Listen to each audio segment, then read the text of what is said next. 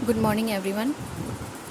Today we are going to start our next lecture, which is about Kara. And in this lecture, we will going to study about their introduction, in which we will study about systematic position of Kara and occurrence of Kara. Their structure, in which we will going to study about thallus, branches of limited growth and unlimited growth, and their stipulates. Then we will going to study about cell structure, then growth, reproduction. Under the topic reproduction, we will cover the topic vegetative reproduction, sexual reproduction, fertilization, oospore, germination of oospore, alternation of generation. And under vegetative reproduction, we will study about amylous stars, root bulbils, amorphous bulbils, secondary protonema. And under sexual reproduction, we will study about antheridium or globule, in which we will study about internal structure of mature antheridium, development of antheridium, morphology of globules, and liberation of anthrazoids. And under topic oogonium, we can also say nucleus, and we will study about their structure in mature condition and development of oogonium. So let's begin the study. First of all, Kara are common in freshwater habitats such as ponds and streams. Few are found in brackish water. In 1935, Fritsch included Kara in order Chirales under class Chlorophyceae. In 1973, Round placed order Chirales in phylum Charophyta. Photosynthetic pigments, nature of cell wall and food reserves, structure of flagella and life cycle of Kara is of Charophycean type. So, what are the systematic position of Kara?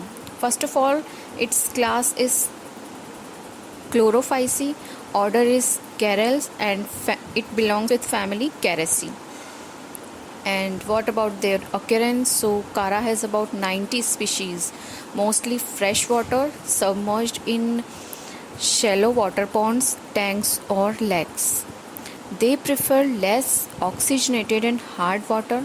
Species of Kara growing in heavy water become encrusted with calcium and magnesium carbonate, so they are also known as stonewort.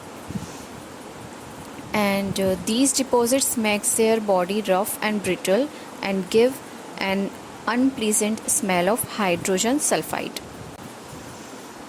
Kara can be undesirable in ponds and lakes by forming carpet at bottom and crowd out other species. When excessive nutrients entering the water, such as fertilizer, agricultural runoff, and leaking sewage tanks and pipes, they create overabundance of Kara. In India, there are about 30 species, which are Kara brownie, Kara gracilis, Kara gymnoptis, and Kara zeylanica. They are the common species which are found in India. Now we are going to talking about thallus and structure of thallus. So plant body of Kara is multicellular and macroscopic. We can see them with our naked eyes, and it is 20 to 30 centimeter in their height and differentiated into rhizoids and main axis. Rhizoids are white, thread-like, multicellular, uniseriate and branched structures which are characterized by presence of all oblique septa. End of adjacent cells of rhizoids are protruded in opposite directions at the septum so as to form a kind of joint, from where upper cells cuts off a segment which divides to form a quadrant. It is known as rhizoidal plate. and it will give rise to a tuft of branched rhizoids. Besides serving as organ of attachment, they also help in absorption of minerals. Their cell wall is single layered and consists of a single cellulose wall. Outside of this gelatinous layer is present is for deposition of calcium.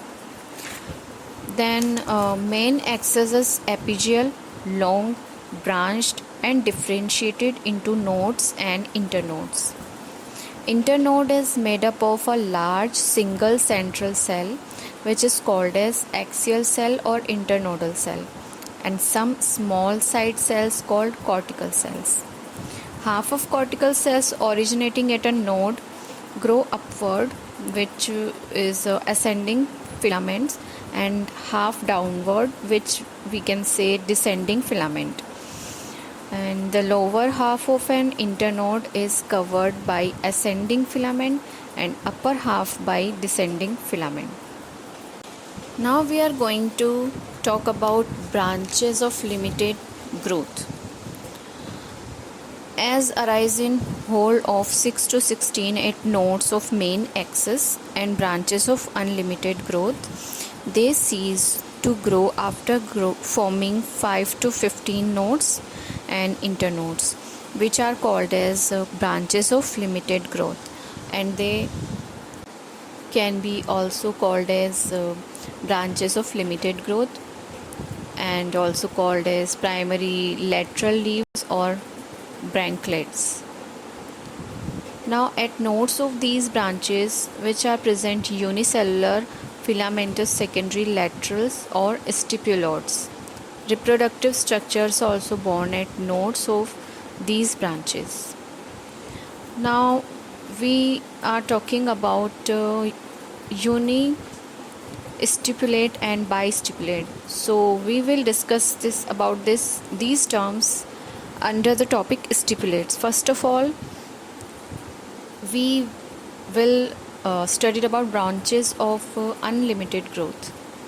So these arise from axils of branches of limited growth, also called as axillary branches or long laterals.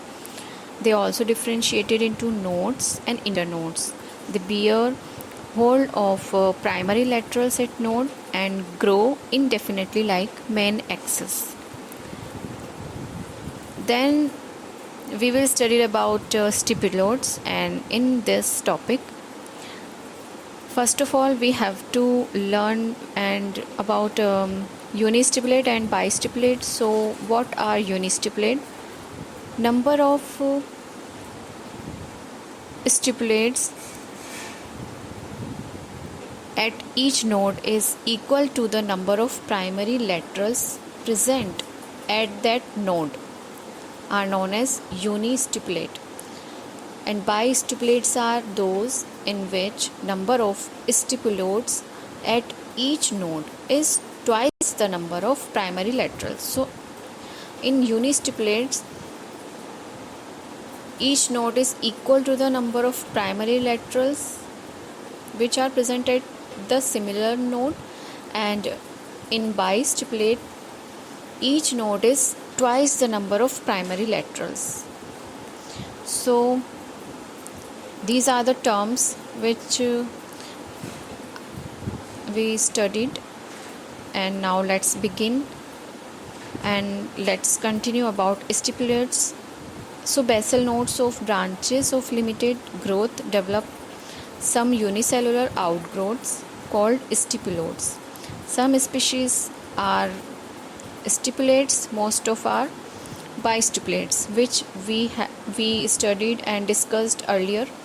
And when stipulodes are present in one hole at each number, we can say each node is known as haplostiphenous, and if two whole, then we will give that term diplostiphenous. So this is the thallus structure about which we discussed, and in our next lecture we will talking about cell structure of Kara. Till then, enjoy learning and happy learning, and share these video lectures with your friends and families so that anyone in need, they will get these lectures and maybe they will help them out. Thank you and happy learning.